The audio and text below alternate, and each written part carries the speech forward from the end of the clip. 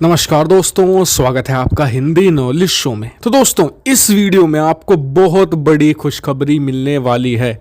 लेकिन चीन के राष्ट्रपति चाचा जिनपिंग, उनकी हालत तो खराब होगी। जी हाँ, बिल्कुल खराब होगी। लेकिन उससे ज़्यादा पाकिस्तान की खराब है। पाकिस्तान की खराबी इसलिए है क्योंकि पाकिस्तान को लग रहा है कि भारत जो सोया हुआ शेर था उन्होंने जगा दिया है। क्यों? क्योंकि पहले तो भारत एक तो मिसाइलें किया करता था टेस्ट हर 2 साल में, और उसका तोड़ पाकिस्तान कुछ ना कुछ करके मतलब कि बता देता था। होता तो उनके पास वैसे भी नहीं था, लेकिन बता देता था कि हमने इसका तोड़ ऐसे कर लिया, अपनी जनता को शांत कर लेता था।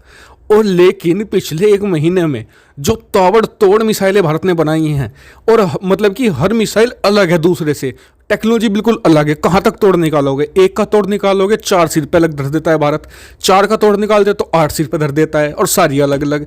लेकिन इस बार जो भारत ने नई मिसाइल बनाई है ना, जितनी कारगर ये चीन पर है, ठीक उतनी ही कारगर ये पाकिस्तान पर भी है। जी हाँ, और मैं आपको सब कुछ डिटेल से बताने वाला हूँ। मेरे साथ आप इस वीडियो में अंत तक बनेगा, और यकीन मानिए इस वीडियो को देखकर आपका दिल बाग बाग हो जाएगा, और भारतीय वैज्ञानिकों को आप भी धन्यवाद कहने से नहीं रोक पाएंगे। तो चलिए दोस्तों, वीडियो को अपने हम शुरू कर लेते। तो दोस्तों, वो कहावत आपने सुनी होगी कि आवश्यकता आविष्कार की जननी होती है, और ये बिल्कुल यहाँ पर फिट बैठ रही कहावत। कैसे?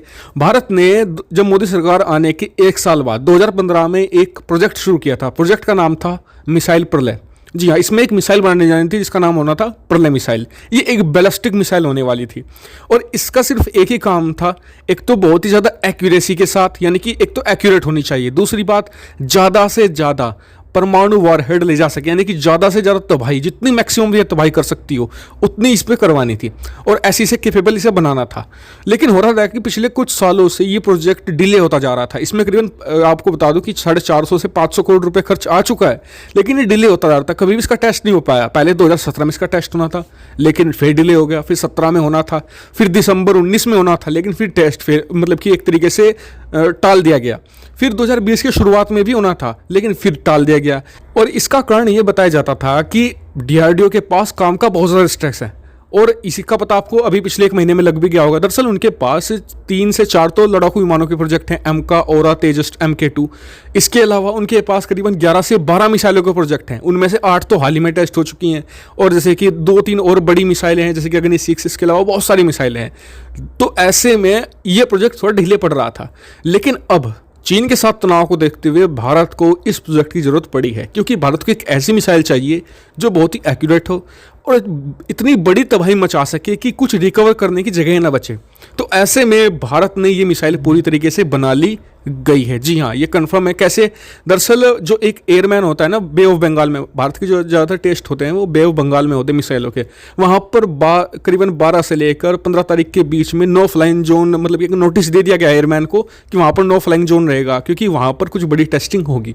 और जो अंदर से रिपोर्ट निकल कर सामने आई, जो आप मान के चलिए कि कन्फर्म ही है कि इसमें यही प्रलय जो मिसाइल है इसी का टेस्ट होने वाला है। और यकीन मानिए इसका काम ही है प्रलय मचाना, और इसीलिए बहुत ही सोच समझ कर इसका नाम प्रलय रखा गया है, क्योंकि इसका काम ज़बरदस्त तबाही मचाना है, खासकर कि चीन के अंदर। और हाँ, ये काम पाकिस्तान के अंदर भी करेगी, क्योंकि देखिए इस मिसाइल की एक्यूरेसी तो बहुत ज़्यादा है, और इसी को ध्यान में रखते हुए इसकी जो रेंज है उसे लिमिट कर दिया गया है। लिमिट कितने पे? करीबन 500 किलोमीटर के मतलब कि तक ये टारगेट कर सकती है ज़्यादा भी, लेकिन इसे लिमिट इसलिए किया गया क्योंकि इसकी एक्यूरेसी बहुत ज़बरदस्त करने के लिए। अब आपको बताऊं कि 10 मीटर की एक्यूरेसी है इसकी, यानी कि अगर 500 किलोमीटर दूर टारगेट है तो जो टारगेट है उसके 10 मीटर के आसपास ही गिरेगा, यानी कि काफ़ी अच्छी बात है। किसी भी मिसाइल का 10 मीटर के अंदर होता है ना, तो ज़बरदस्त और एब्सोल्यूट उसे माना जाता है। जितनी ये चीन के अंदर कारगर होगी उतनी ही पाकिस्तान के अंदर भी, क्योंकि 500 किलोमीटर के अंदर पाकिस्तान के जितने भी मेजर सिटी हैं, मेजर जो उनके बंदरगाह वगैरह हैं, सबको आसानी से हिट आउट कर सकेगी ये।